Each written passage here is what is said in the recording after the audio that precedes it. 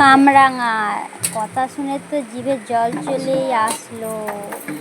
আর hello guys, এত সুন্দর লাগছে। এই যে দেখো, তোমাদের কার কার জিভে জল আসছে অবশ্যই জানিও। আমার তো পুরো এসেই গেছে। আর এই যে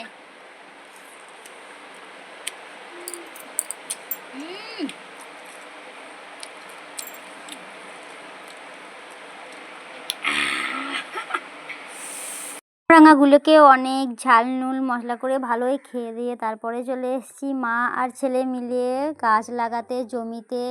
ছেলে বলছে তো আমি লাগাই মা, আমি লাগাই না, আমিও লাগাই। কারণ গাছটা কেনা হয়েছে, কিনে নিয়ে এসছে ওর বাবার লেবু গাছ। এটা লাগাচ্ছি, কিন্তু গাছ লাগালেই যে গাছ হবে তার কোনো গ্যারান্টি নেই। কারণ হ্যালো গাইস, এই যে আমাদের তালতলা ভাইরাল তালতলা সবাই ভিডিও করতে এসছে। আর আমিও গেছিলাম একটু ঘুরতে, তাই ভাবলাম ভিডিও করে নিই, তোমাদের সাথে শেয়ার করে নিই।